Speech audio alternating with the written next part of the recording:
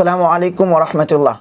আজ আমাদের মাঝে উপস্থিত হয়েছেন রুকিয়া জগতের অনন্য ব্যক্তিত্ব মাওলানা ফখরুজ্জামান ইমরান হাফিজাহুল্লাহ।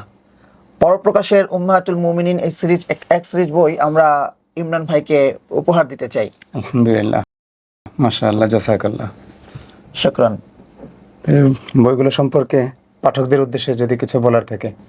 আচ্ছা, শুকরিয়া। আসলে আমরা মুমিন হিসাবে উম্মাহাতুল মুমিনিনদের প্রতি শতভাগ ঋণী।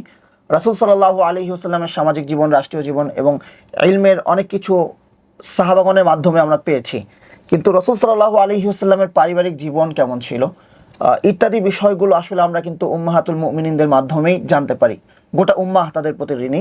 আমরা সেজন্যই তাদেরকে বলি উম্মাহাতুল মুমিনিন, মুমিনগণের মা। আল্লাহ সুবহানাহু ওয়া তাআলা কুরআন মাজিদে বলেছেন, তুমি তোমার স্ত্রীদেরকে বলো হে নবীগণের স্ত্রী। এভাবে আল্লাহ সুবহানাহু ওয়া তাআলা তাদেরকে সম্বোধন করেছেন। তার মানে হচ্ছে গোটা উম্মার তাদের কাছ থেকে শিক্ষা নেওয়ার আছে।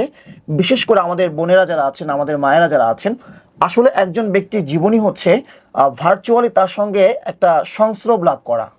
আমরা জানি যে আমরা সবাই পরিবেশ দ্বারা প্রভাবিত হই। বিশেষ করে আমাদের মেয়েরা, তারা যাদেরকে আদর্শ মনে করে, তাদেরকে তারা অনুকরণ করতে চায়।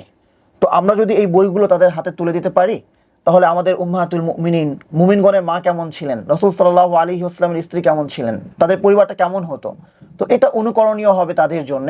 এবং এটার জন্য এক ধরনের ভার্চুয়াল সোহবত, তারা তাদের জীবনী পড়ছেন, তাদের ঘটনা পড়ছেন, যেন সচক্ষে সেগুলো দেখছেন, তাদের সঙ্গ লাভ করছেন। তো জীবনী হচ্ছে যারা অতীত হয়ে গিয়েছেন তাদের সঙ্গ লাভের একটা উন্নত মাধ্যম। আমাদের মা উম্মাহাতুল মুমিনিনগণ, যারা আমাদের জীবনের চেয়ে অধিক প্রিয়, যাদেরকে ভালোবাসা ইমানের অন্যতম দাবি, তাদের সম্পর্কে আমরা কতটুকু জানি?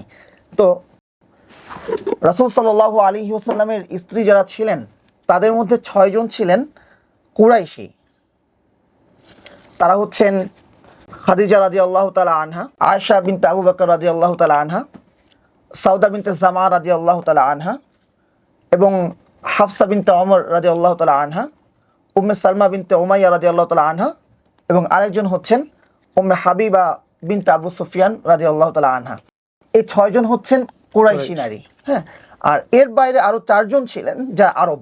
হ্যাঁ, জাইনাব বিনতে জাহাশ রাদিয়াল্লাহু তাআলা আনহা, আরেকজন হচ্ছেন জাইনাব বিনতে খুজাইমা। জাইনাব কিন্তু দুজন, একজন হচ্ছেন জাইনাব বিনতে জাহাশ আর একজন জাইনাব বিনতে খুজাইমা।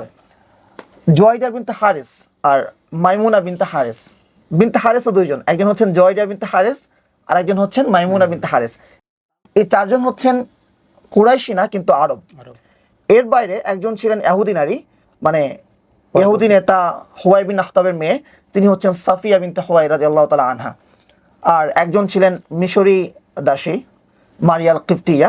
তো এই হচ্ছে টোটাল 12 জন। আর আরেকজন আছেন রায়হানা বিনতে সামন। তো ইনার ব্যাপারে কিছু ইখতিলাফ আছে। তো এই বইটি পড়ার মাধ্যমে আমরা জানতে পারবো যে আসলে ইখতিলাফের জায়গাটা কোনটা, কেন তাকে সকলেই উম্মাহাতুল মুমিনিন হিসাবে গণনা করছেন না। তো এই সবগুলো মিলিয়ে টোটাল হচ্ছে 13 জন উম্মাহাতুল মুমিনিনের জীবনী, যাদের সম্পর্কে জানা আমাদের জন্য অত্যন্ত জরুরি। তো বইটা আমার অত্যন্ত প্রিয়, যেহেতু বাংলায় এ ধরনের কাজ খুব বিরল, যে এক মলাটে বা একই সঙ্গে উম্মাহাতুল মুমিনিনদেরকে আমরা জানতে পারবো। তো এভাবে এর কাজ এর আগে হয়েছে বলে আমার জানা নেই, হতে পারে, কিন্তু আমার হাতে পৌঁছায় নেই।